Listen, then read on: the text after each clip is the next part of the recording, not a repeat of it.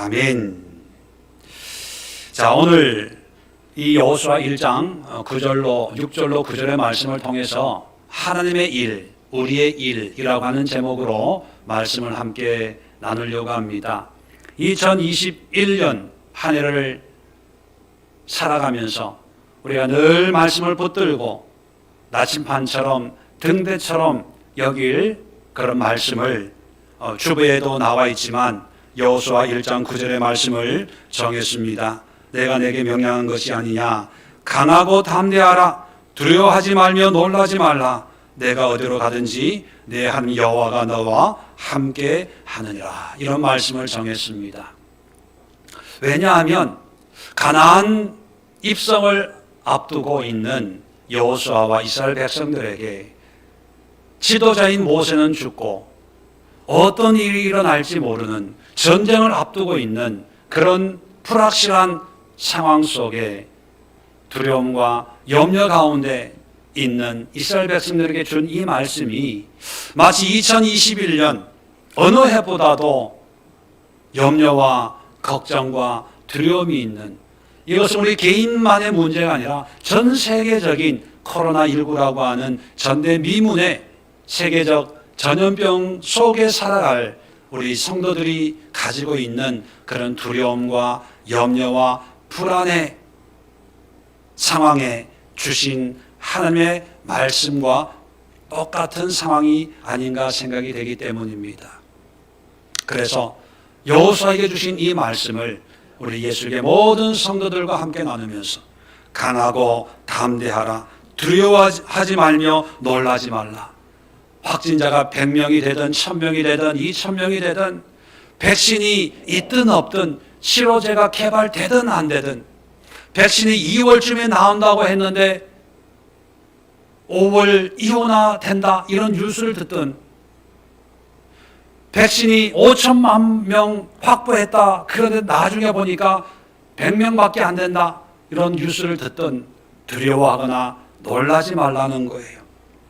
내가 어디로 가든지 내 하나님 여호와가 너와 함께 하느니라. 어떤 상황 속에서도 하나님이 우리와 함께하는 그런 한 해, 그런 우리의 믿음의 순례의 여정을 살아가는 그런 은혜를 우리 다 함께 누릴 수 있기를 바랍니다. 그런데 오늘 성경 6절로 9절의 말씀을 보면 자, 이런 믿음의 여정을 살아가는데 하나님은 하나님이 하실 일을 분명히 말씀하고 계시고 또 우리가 해야 될 일을 분명히 말씀하고 있습니다. 아무리 어렵고 힘들어도 하나님은 하나님이 하실 일을 하신다고 약속하고 있고 아무리 어렵고 힘들어도 우리는 우리가 해야 될 일을 열심히 하면 내가 약속한 모든 것을 이루어 주겠다. 그것이 오늘 본문의 말씀입니다. 과연 하나님은 무슨 일을 하신다고 말씀하고 있을까요? 6절에 보면 강하고 담대하라. 너는 내가 그들의 조상에게 맹세하여 그들에게 주리라 한 땅을 이 백성에게 차지하게 하라. 하나님이 하시는 일은요, 그 조상에게 맹세하여 약속했다는 거예요. 가나안 땅을 주기로 약속한 그 땅을 이 백성에게 차지하게 하라. 그 얘기는 뭐냐면 땅을 주겠다는 것입니다. 3절 보세요. 내가 모세에게 말한 바와 같이 너희 발바닥으로 밟는 곳은 모두 내가 너에게 주었노니.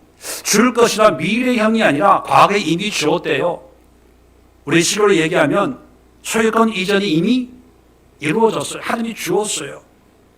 그러니까 법적으로는 이스라엘 백성 건데 그런데 현실적으로 그것을 소유하고 있지는 않은데 네가 가서 이제 그것을 가져 내가 준 거야.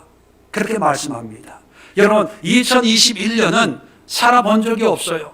우리는 미래라고 얘기합니다. 그런데 하나님은 어제나 오늘이나 영원토록 동일하신 완전하신 현재를 살고 있는 하나님이 2021년도 우리에게 주었어요. 단지 우리가 그것을 누리지 못하고 내일이라고 하는 다음 달이라고 하는 그런 미래의 시간 속에 맞이해야 될 그런 상황인 것뿐이지, 하나님이 이미 우리 믿는 자들에게 2021년을 주었어요. 약속의 가나안 땅을 준 것처럼 약속의 2021년을 하나님이 내가 주었노니 그렇게 말씀하고 있습니다. 또 하나님이 하시는 일은 뭐냐면 7절 8절 끝부분에 보면 이렇게 말씀합니다. 어디로 가든지 형통하리니, 8절에도 내 길이 평탄하게 될 것이며 내가 형통하리라. 형통케 하시겠다고 말씀합니다. 우리 인간이 우리의 인생을 형통하게 만들 수 있는 능력이 없어요. 누가 있습니까? 하나님이 형통케 하신다는 거예요. 그러면 이 형통이란 뭘까요? 어떤 분은 기도할 때 하나님 형통, 신통, 그 다음에 물통케 하옵소서. 왜 물통을 거기서 찾아? 주방에서 찾지.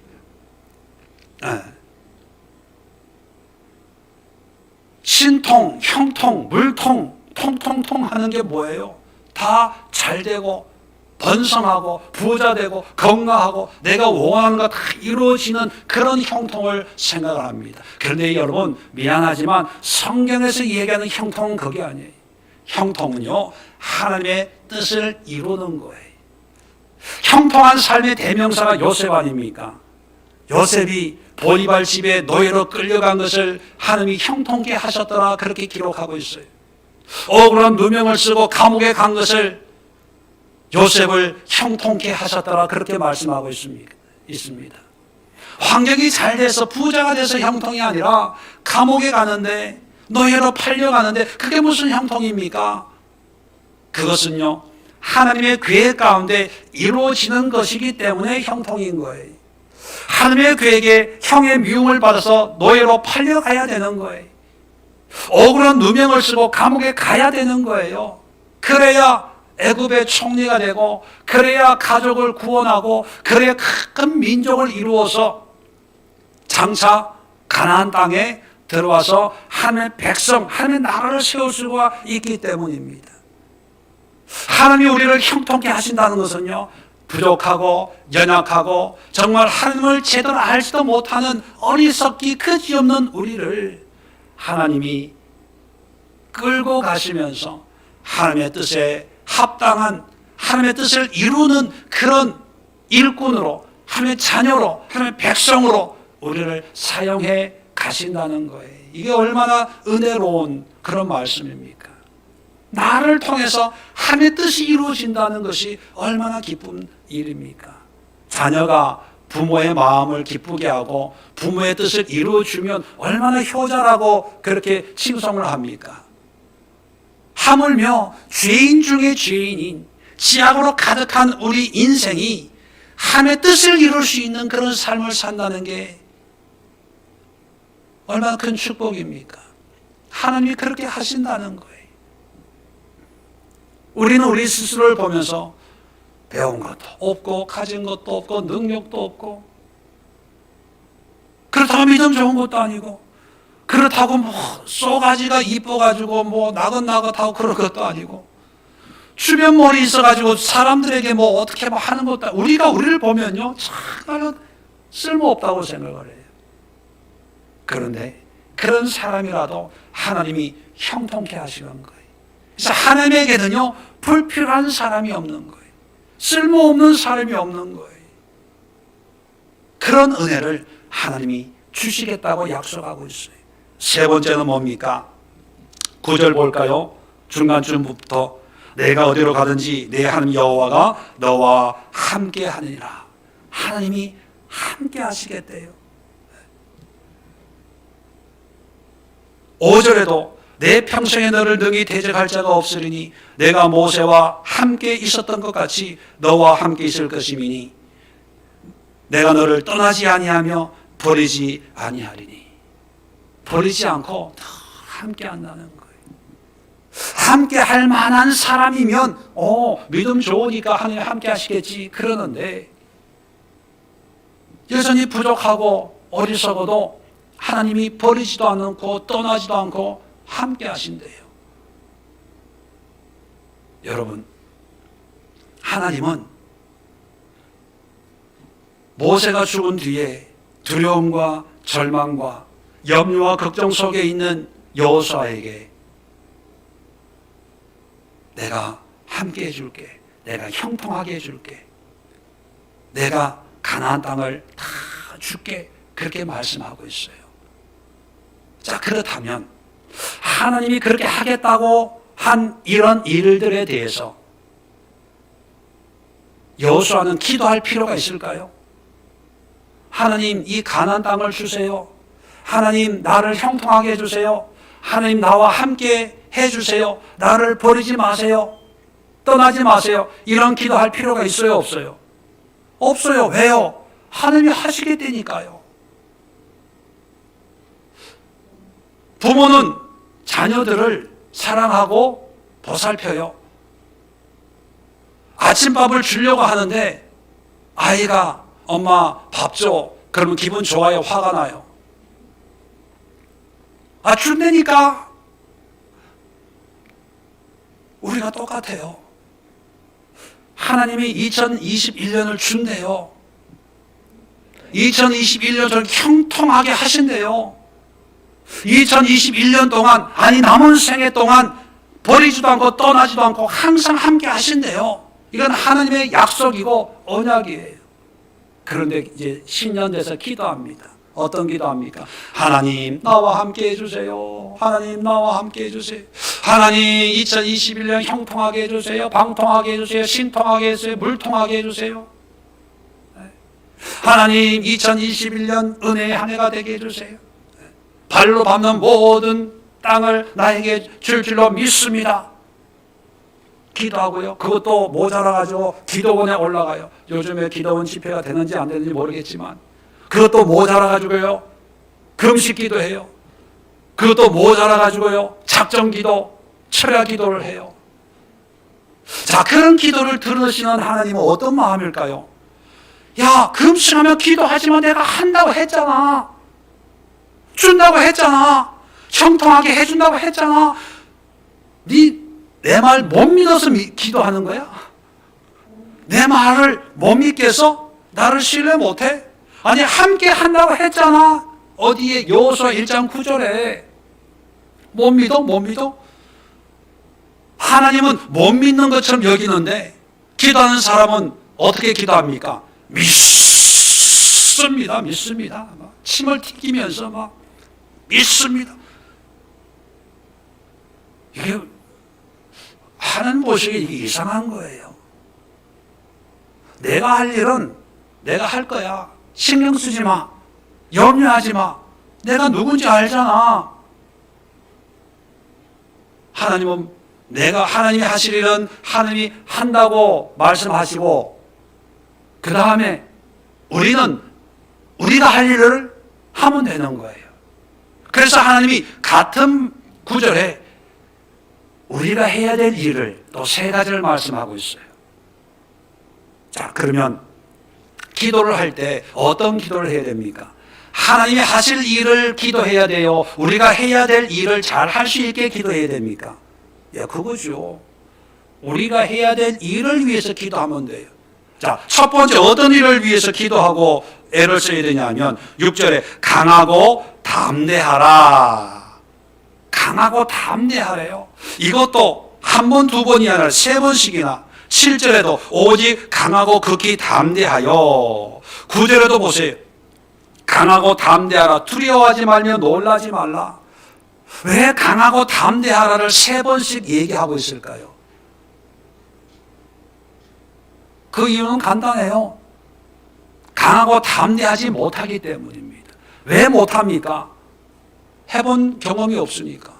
40년 광야 생활을 통해서 한 번도 제대로 된 전쟁 해본 적이 없잖아요. 그런데 이제 요단강을 건너서 가나안에 가면 전혀 해보지 못한 그런 일을 하는 거예요. 우리는 결과를 아니까 여리고성이 무너졌다. 결과를 아니까 쉽게 받아들입니다. 그런데 이스라엘 백성들 입장에서는 그게 쉬울까요? 쉽지가 않아요. 여리고성을 무찌르고 40년 전에 가나안 땅 정탐한 사람들의 10명의 보고가 모였어요. 우리는 안 됩니다. 저들은요 안악 자손이고요 거인의 자손이고 성은 견고하고 최신 무기를 가지고 있기 때문에 우리가 싸우면 우리는 메뚜기 떼에 지나지 않습니다. 안 됩니다 할 정도였어요. 그런데 그것이 현실이 된 거예요. 여러분 2021년에 코로나19가 전 세계를 강타하고 있는 이런 시대를 비대면 예배 드려라, 5명 이상은 가족도 못 모인다, 식당도 가지 마라, 뭐도 하지 마라, 이런 21년을 살아가는 데 있어서 느끼는 두려움보다 컸으면 컸지 못하지 않았을 거예요. 그런 상황에서 강하고 담대하라는 거예요. 담대하라는 것은요 믿음의 용기를 얘기하는 거예요. 믿음으로 끝까지 믿음을 지켜라는 것입니다. 포기하지 말라는 거예요. 그런데 담대하라에 수식어가 하나 붙어 있어요. 강하고. 계속해서 강하고 담대하래요. 지극히 강하고 담대하래요. 또 강하고 담대하래요. 아니 담대하게 전진하라 이러면 되는데 왜 강하고라는 수식어가 붙을까?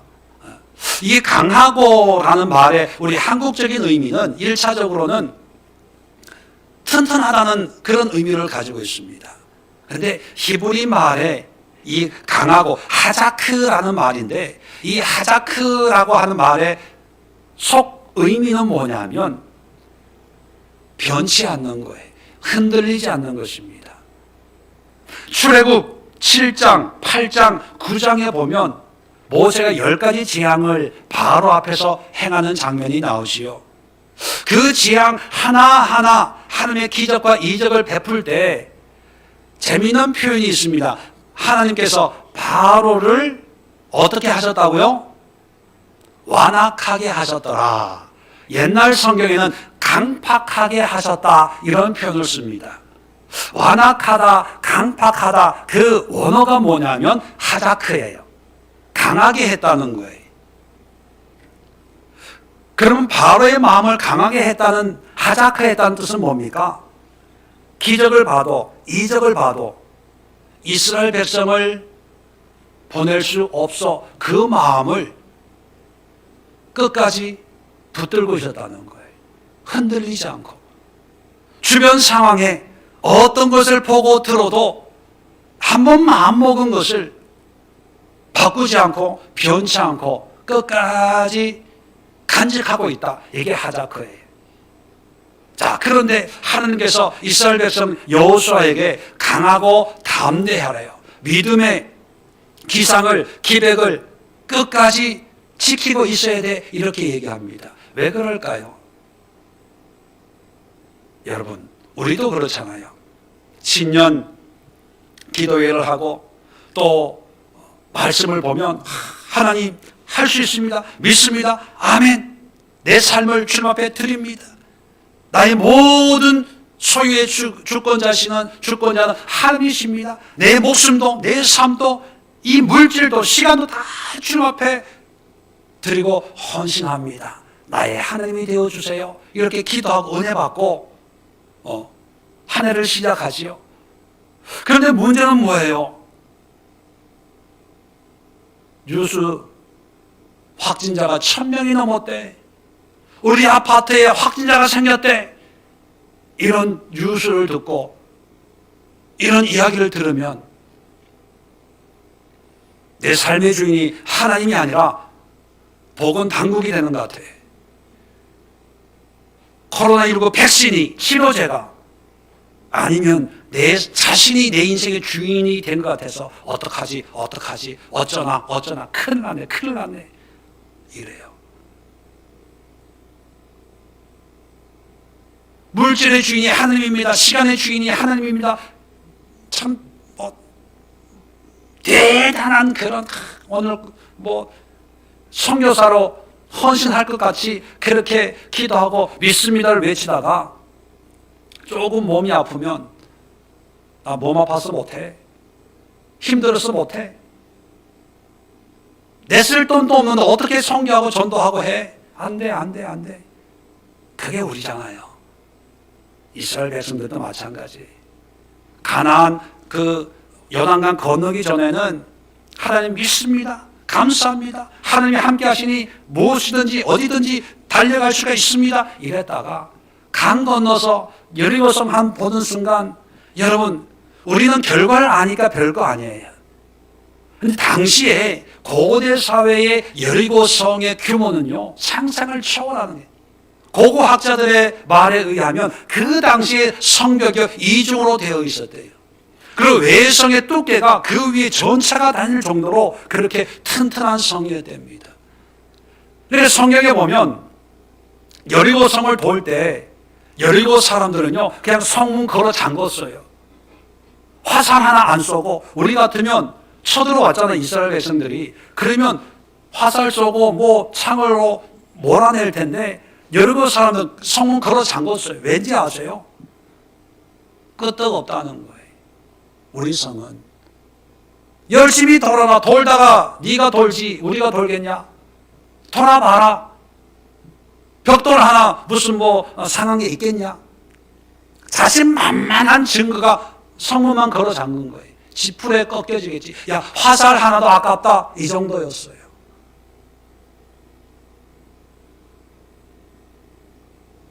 이스라엘 백성들이 가나안의 문화를 보는 순간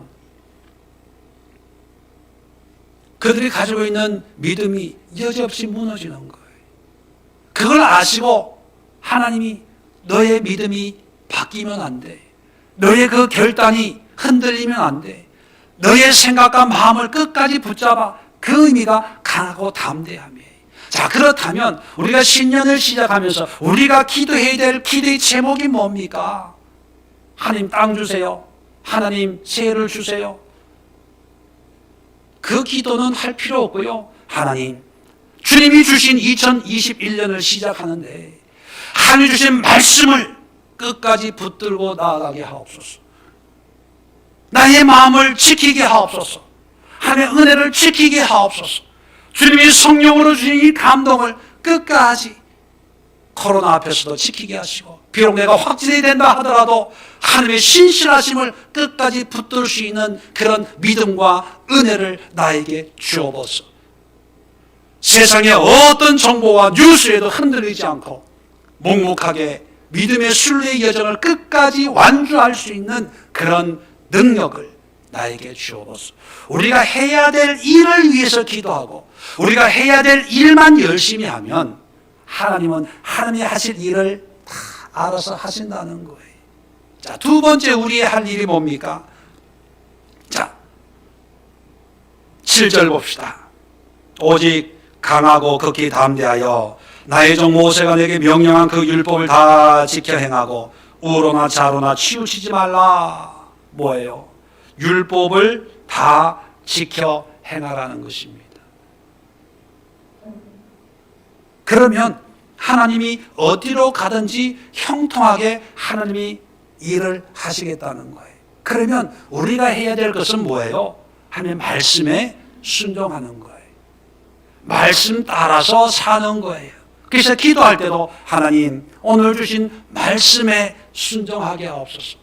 하루하루 큰 일은 못하더라도 그때마다 성령의 감동으로 주시는 그 말씀에 순종해서 하나님의 뜻에 나의 삶을 맡기는 그런 믿음을, 그런 하루하루로 인도해 달라고 그런 기도를 해야 되는 거예요. 왜 하나님은 율법에 순종하라고 얘기할까요? 그리고 이 율법은 출애굽하자마자 광야에서 모아놓고 왜 모세를 통해서 하나님의 율법을 백성들에게 가르쳤을까요? 그게 이유가 있습니다. 이 율법은 우리에게 말씀이죠. 말씀이 우리 삶의 기준이 되어야 된다는 거예요. 그 이유는 뭐냐면, 자, 제가 질문을 하나 내겠습니다. 문화적으로 유목 문화와 토착 문화가 만나면 어떤 문화가 이길까요? 유목 문화가 이기겠습니까? 토착 문화가 이기겠습니까? 네. 역사적으로도 보면 중국에 세계를 제패한 지금까지도 그런 영토를 어느 누구도 어느 나라도 회복해 본 적이 없는 가장 넓은 땅을 정복한 사람이 징기스칸입니다. 몽골족. 엄청난 중국부터 저 유럽까지 점령을 했으니까요. 엄청나죠. 그런데 지금 중국은 징기스칸이 중국인이 아니기 때문에 징기스칸의 그런 어떤 역사나 이런 거를 드러내지 않고 중국 자기의 문화만을 자랑하고 있는데, 여러분, 징기스칸이 그렇게 광활한 대제국을 건설할 수 있었던 것은 유목민족이기 때문에 가능했거든요. 기동성이 있잖아요. 용맹하잖아요. 말 타는 기술이 뛰어나거든요. 그런데 그런 광활한 그런 제국을 건설했어요. 그런데 시간이 흐른 다음에 그 몽골의 유목 문화가 토착 문화에 다 흡수돼 버렸어요. 그래서 어떤 역사가는 재미있게 이렇게 표현하더라고요. 몽골의 유목 문화가 남아있는 것은요, 양꼬치밖에 없대요. 양꼬치. 유목민들이 텐트에서 고기를 구워서 간단하게 먹는, 그거 뭐 요리라고 하기에는 별로 요리에 속하지 않는 간단한 음식이, 빨리 먹고 빨리 이동해야 되니까. 그러니까 아무리 광활한 대제국을 건설해도 토착 문화에 영향을 받아서 토착화가 되는 거예요. 왜 그러냐 하면 유목 문화가 더 세련됐겠어요? 토착 문화가 더 세련됐겠어요? 말해서 뭐 하겠어요? 토착 문화가 훨씬 세련됐어요. 유목 문화라고 하는 것은요, 별로 텐트, 요즘에나 캠핑 뭐 이런 것 때문에 좀 뭐 캠핑족이 많아지고 불멍, 나무 이게 모닥불 이런 거 하고 커피도 이렇게 이렇게 불에 이렇게 대 먹고 이게 좀 이렇게 운치 있게 보이죠. 그걸 평생 그렇게 한다고 생각해 보세요. 텐트에 사실래요? 아파트에 사실래요? 냄비 하나로 국 끓이고 밥 끓이고 그렇게 사실래요? 아니면 전자레인지, 요즘에는 뭐예요? 에어프라이어 이런 거 가지고 사실래요? 여러분, 이스라엘 민족은 유목민족이에요. 아브라함 때부터 가나안 땅을 정처 없이 떠돌아다니다가 400년 동안 애굽에서 노예 생활, 그것도 자유 없이 고센 땅에 한 지역에 모여 살다가 40년 동안 광야 생활을 했던 민족이 유다 민족, 이스라엘 민족이에요. 그들이 가지고 있는 집이라는 게 어떤 겁니까? 구름 기둥, 불 기둥 움직임 빨리 접어가지고 옮겨야 되는 천막이에요, 천막. 그들이 가지고 있는 가구는 뭐예요? 그냥 접이식, 이런 가구예요. 한 번, 두 번은 편리하게 이용할 수 있지만 그걸 40년을 그걸 이용했으니까 지겹고 힘들고 딱딱하고, 그들이 먹는 음식이 뭐예요? 만나예요, 만나. 한 번, 두 번 먹을 때 만나지 40년을 먹으면 너나 먹어라, 난 못 먹겠다, 그러지 않겠어요? 그들의 의식, 이 의복은 뭐겠어요? 광야에 무슨 쇼핑몰이 있고 백화점이 있고 광야에서 무슨 옷을 이쁘게 입겠어요? 이런 사람들이 가나안에 들어가는 거예요. 성을 쌓고 집을 짓고 풍요를 누리는 그런 문화를 보면 돌아가죠. 때가 꾀지지한 옷 입고 몸빼 같은 옷 입고 다니는 그런 여자들만 보다가 가나안에 이쁘고 귀걸이하고 막 하고 이어폰 끼고 아이폰 들고 다 다니고 힙합 치고 있는 이런 아가씨들 보면 히브리 청년들이 그냥 침 흘리면서 넘어가는 거예요. 문화적으로는 비교가 안 되는 거예요. 그렇기 때문에 하나님께 그걸 아시고 아무리 세련된 문화, 이방 문화에 화려함이 있다 하더라도 너희는 말씀이 기준이 되는 삶을 살아야 돼. 이걸 말씀하고 있는 거예요. 그래서 가나안에 들어가면 다 불태우고 다 무너뜨리고 다 죽여라, 그렇게 말씀하신 이유가 뭐냐면 그런 문화들이 하나님의 문화를 좀먹기 때문입니다. 한때 우리 한국 교회도 어떤 성향이 있었냐 하면 세상 문화를 이용해서 우리 교회 안에 있는 청년들에게 세상 문화보다 하나님의 문화가 더 뛰어나다는 것을 보여주기 위해서 이제 찬양도요, 옛날에 전부여 의지 없어 손들고 옵니다, 이런 찬양 부르고 지금까지 지내온 것 이러면 청년들이 고리타분해, 저거 언제죠? 할머니가 부르던 것을 또 내가 부르고 있어, 짜증나, 이랬거든요. 그래서 안 되겠다 해가지고 열린 예배라고 해가지고 이제 CCM을 현대 음악으로 바꿨어요. 한때는 힙합 가수, BY인가 기독교 청년이 찬송 CCM을 힙합으로 하니까 교회 안에 막 불같이 그 문화가 일어났던 적이 있었잖아요. 옛날에는 교회 부흥회 때 할 수 있는 악기는 큰 목밖에 없어요. 성령이요, 그런 거 있잖아요. 대예배 기타 치고 키보드 하고 이건 상상이 안 됐더랬어요. 그런데 그렇게 하다 보니까 세상 문화는 대단한데 청년들이 떠나는 거예요. 그 떠난 청년 붙잡기 위해서 그런 세상에 있는 악기나 음악을 다 수용을 해가지고 막 열린 예배라고 찬양을 힙합도 하고요, 랩도 하고, 요즘 랩도 나오더라고요. 네. 여러분, 그런데 그렇게 해서 세상 문화를 교회 문화가 이깁니까? 이겨요? 왜 청년들이 떠나갑니까? 왜 젊은 사람들이 교회를 안 나와요?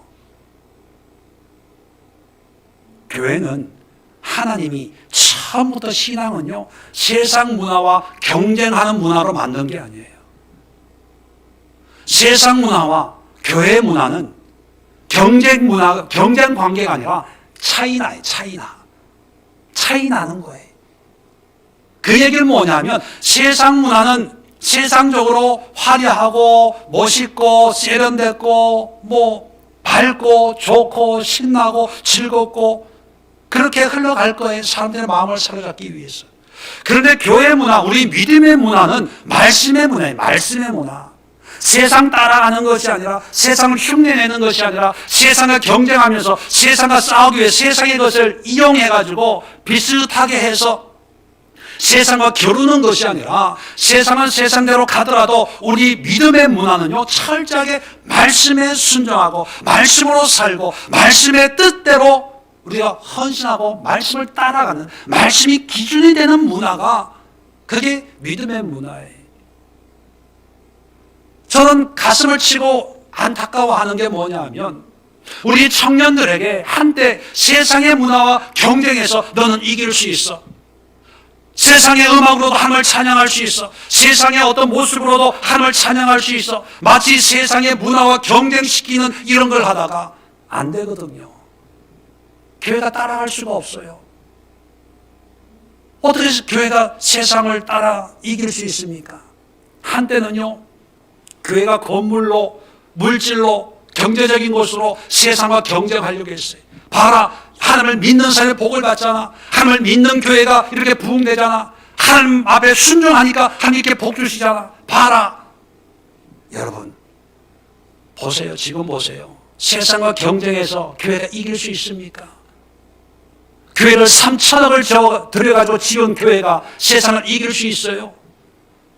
세계 최고로 많은 성도가 모인다는 그 숫자로, 무리 숫자로 세상과 싸워 이기고 있습니까? 세상이 조롱해요. 비웃어요. 그럴 줄 알아서 이런 꼴 날 줄 알아서 다 이러고 있다고요. 왜냐하면 첫 단추가 잘못된 거예요. 우리는 세상을 경쟁하는 그런 신앙이 아니라, 세상은 세상대로 흘러가더라도 우리는 오직 말씀의 문화, 말씀에 순종하고 말씀의 인도한 대로 순종하는 그런 문화를 끝까지 지켜야 되는 거예요. 이게 강하고 담대하고 하나님이 우리에게 원하시는 것은 우리의 믿음과 주를 주신 말씀이 우리의 삶의 기준이 되는 거예요. 그래서 우리가 기도해야 될 기도의 제목은 뭐냐면 하나님, 세상이 어떻게 돌아가든지 어떤 뉴스가 9시, 8시 뉴스를 통해서 내 귀에 들리든지 하나님, 말씀에만 순종하며 하나님의 뜻에만 순종하며 사는 삶이 되게 하옵소서. 하나님의 은혜의 문화 속에 살게 하옵소서. 말씀의 부유함 속에 살게 하옵소서. 하루에 주시는 말씀 한 말, 한 음성에 하나씩이라도 순종하는 그런 한 해가 되게 하옵소서. 그런 기도를 해야 되는 거예요. 세 번째 우리가 해야 될 일은 계속해서 8절에 이렇게 얘기하고 있습니다. 이 율법책을 내 입에서 떠나지 말게 하며 주야로 그것을 묵상하여 그 안에 기록된 대로 다 지켜 행하라. 묵상하는 거예요. 묵상.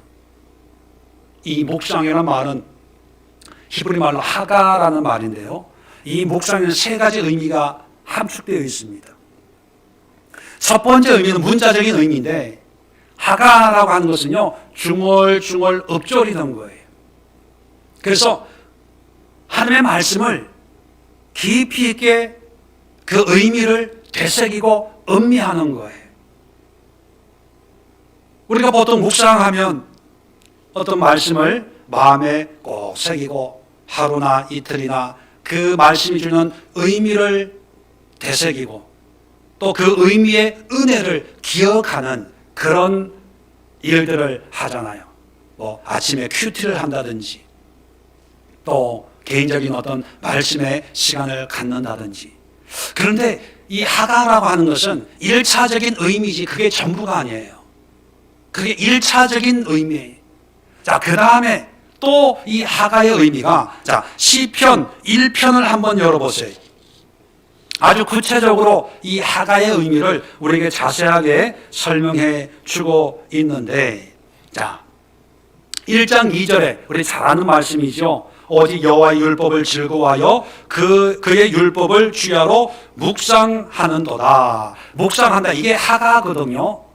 이 하가인데 이 묵상이라는 의미를 어떻게 사용하고 있냐면 2절은 1절을 이어받고 있는 내용이에요. 그럼 1절은 어떤 의미입니까? 자, 복 있는 사람은 악인들의 꾀를 따르지 아니하며 죄인들의 길에 서지 아니하며 오만한 자들의 자리에 앉지 아니하고, 이렇게 이런 사람들을 따르지 않고 하나님의 말씀을 묵상하는 그런 사람이다. 복 있는 사람은. 자, 그래서 하가라는 것은요, 아까도 1차적으로 말씀을 음미하는데, 자, 음미한 다음에 뭘 해야 되냐 하면, 말씀을 받았잖아요. 말씀 의미를 깨달았어요. 그러면 1절에 있는 것처럼 악인들의 길을 따르지 아니하고 죄인들의 길에 서지 아니하고 오만한 자들의 자리에 앉지 않고, 이건 뭐냐면 삶의 구체적인 행위를 얘기하는 거예요. 우리의 삶의 실상을 얘기하는 거예요. 말씀을 받았으면, 묵상했으면 우리의 삶의 실상에서 그 말씀을 실천하는 거예요. 그래서 그 전까지 오만한 자리에 앉았어요. 악인의 길을 따랐어요. 또 죄인들과 함께 했어요. 그런데 말씀을 묵상한 순간, 아, 이게 하나님이 기뻐하시는 게 아니구나라고 묵상이 되면 그 다음부터는 그런 삶을 버리는 거예요. 포기하는 거예요. 그게 묵상이에요. 구체적이고 적극적이고 어쩌면 영적인 처절한 싸움을 요구하는 것이 묵상입니다. 우리는 단순하게 성경 읽기, 성경 암송, 성경 몇 독했습니까? 몇 구절에는 암송합니까? 이런 걸로 어떤 말씀의 수준의 지식을 재단하려고 해요. 물론 읽기와 암송이 중요합니다. 그런데 그 읽기와 암송이 의미가 있게 하기 위해서는 묵상까지 연결이 돼야 돼요. 근데 이 묵상은 뭐예요? 그 말씀 한마디 한마디를 되씹는 거예요. 되씹고 그 의미를 깨달았다면 그 의미에 맞게 내 삶의 그 말씀을 이루기 위해서 끊을 건 끊고 싸울 건 싸우고 투쟁할 건 투쟁하면서 말씀에 내 삶을 맡겨버리는 그것이 묵상입니다. 이사야 38장에 14절일 거예요. 이사야 시간이 없어서 찾아보진 않겠습니다. 이사야 38장 14절 그리고 이사야 59장 11절에 어떤 말씀이 있냐면 비둘기가 슬피 울며 이런 말씀이 있어요. 비둘기가 슬피 운다라고 할 때 하가예요. 왜 비둘기가 우는 거에 하가, 묵상이라는 단어를 사용하고 있냐 하면 원래 이 하가라고 하는 것은 비둘기가 먹이를 먹을 때 구구구구구 하면서 먹는 그 소리를 모방해서 만든 글자라 그래요. 그래서 의성어라 그러죠. 의성어. 그래서 이 하가라고 하는 것은 비둘기가 먹이를 먹고 살기 위해서 비둘기 힘이 없는 그런 존재잖아요. 근데 독수리나 이런 맹금류가 있는 그런 상황에서도 먹이를 먹기 위해서 구구구구 하는 그 모습을 본다서 하가라고 적었다는 거예요.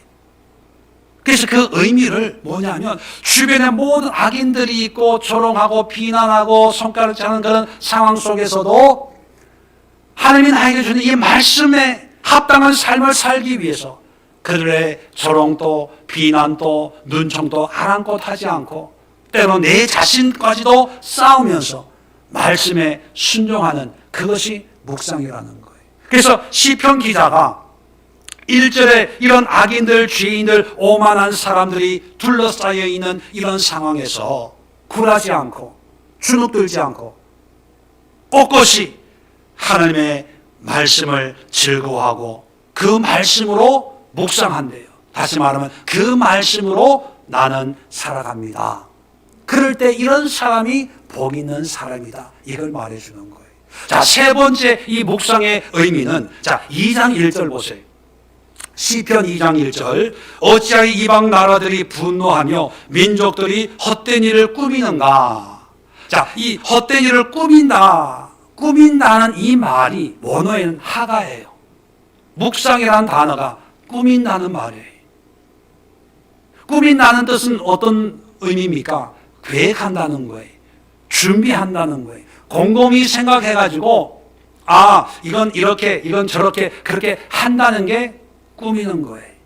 옛날 번역에는 경영하는 거, 경영, 매니지먼트 이렇게 번역을 했어요. 왜 하가가 계획하고 꾸미는 의미를 가지고 있냐면 말씀을 묵상했어요. 이 묵상한 이 말씀을 오만한 자, 죄인 또 안 믿는 사람들 사이에 살고 있는 내가 이 묵상한 말씀대로 살기가 쉽겠어요? 어렵겠어요? 당연히 어렵죠.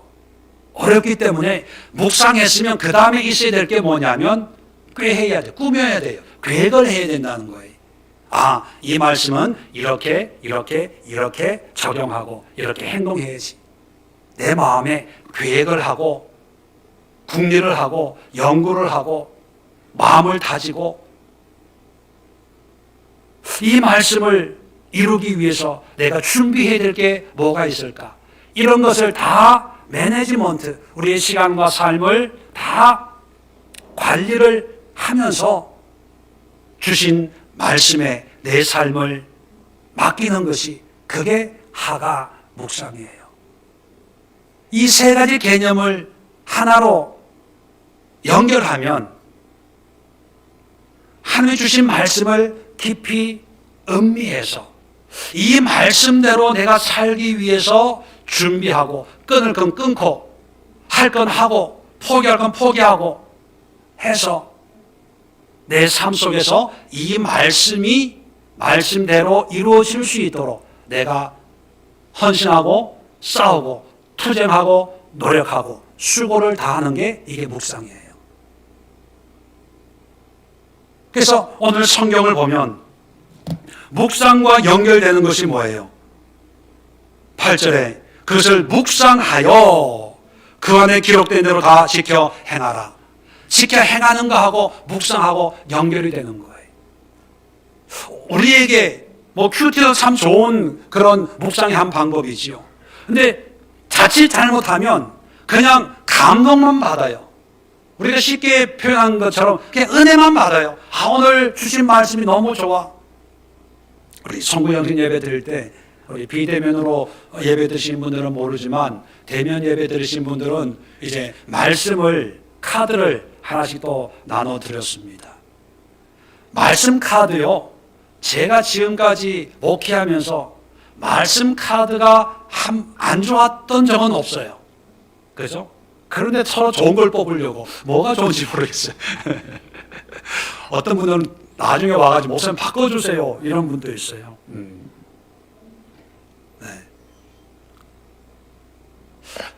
왜 좋은 말씀, 안 좋은 말씀이 있다고 생각하세요?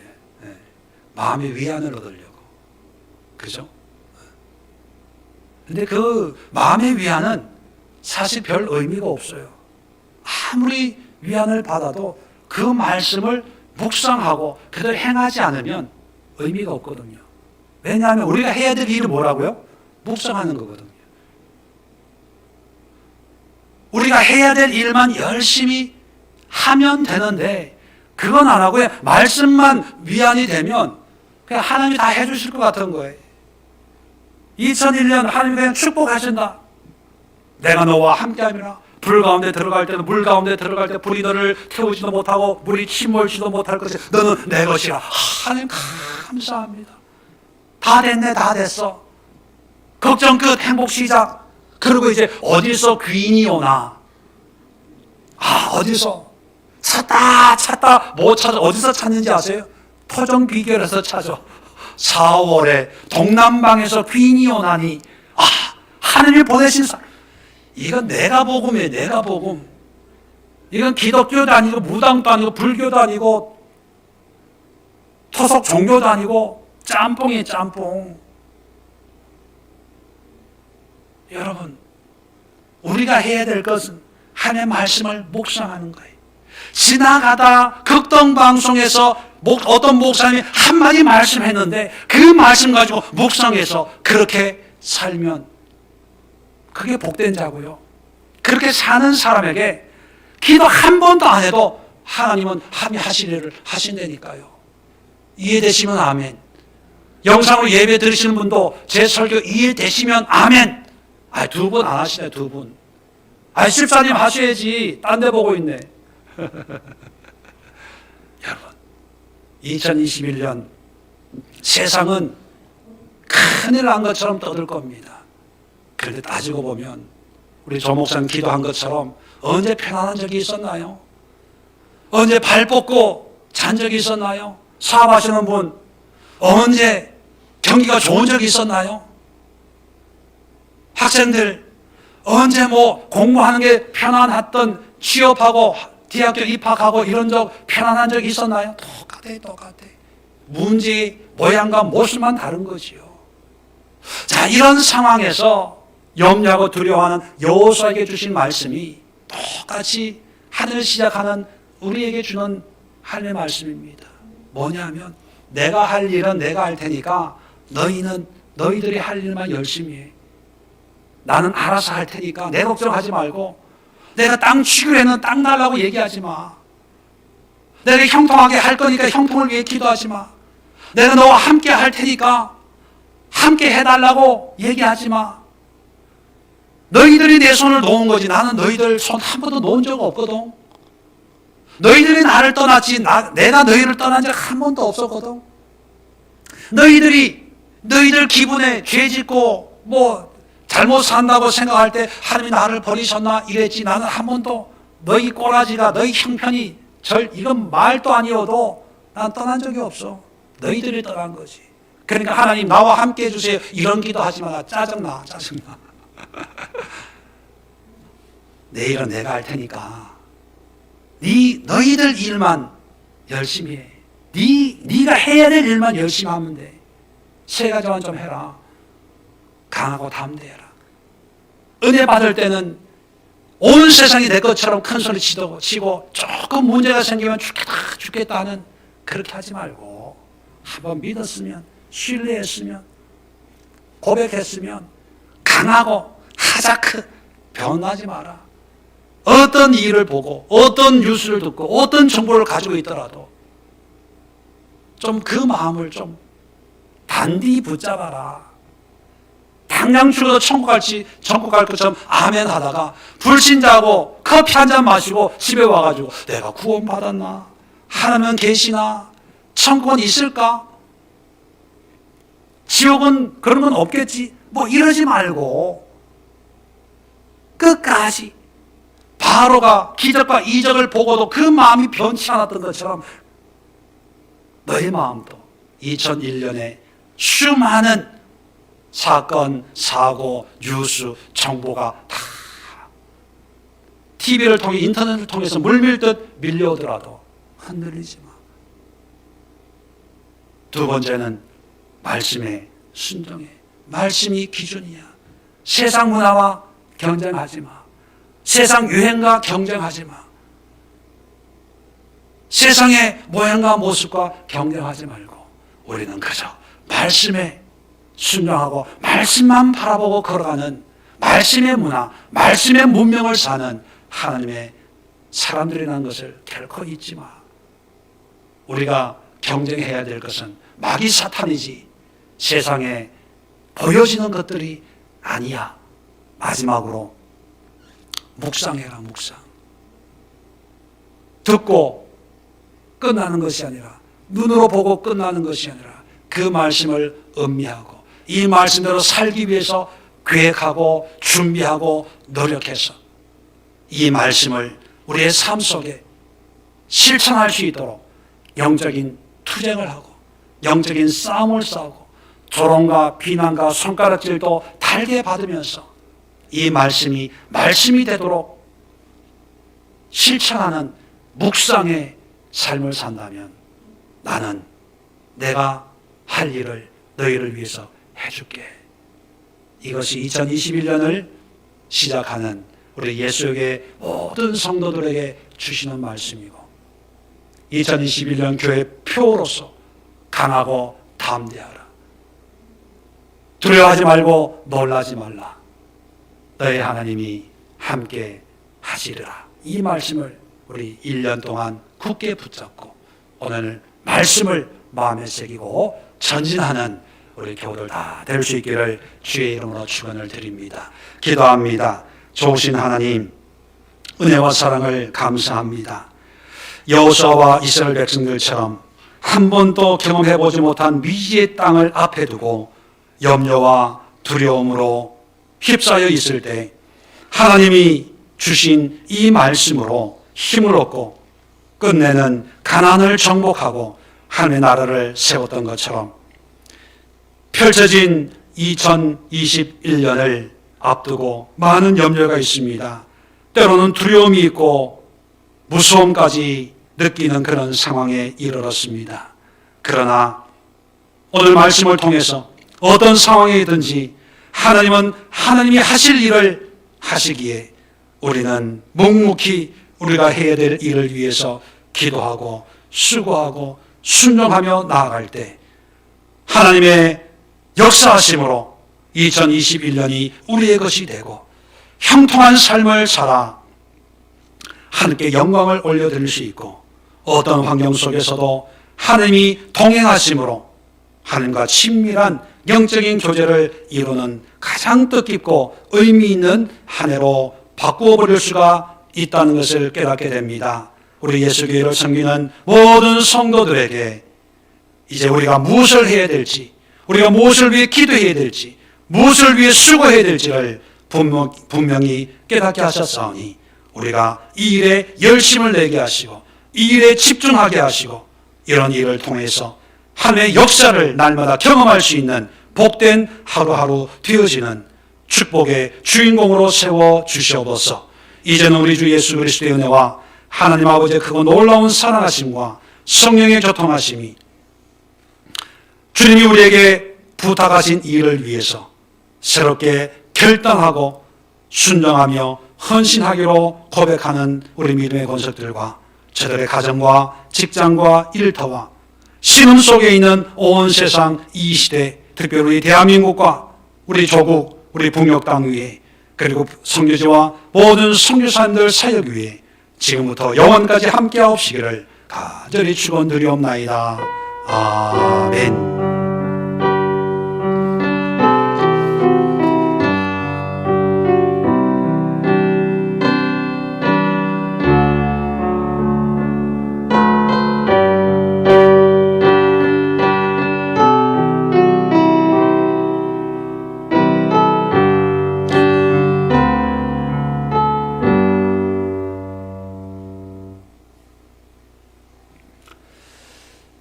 신년 감사 예배 함께 예배드린 모든 분들께 감사드리고 영상 터졌네?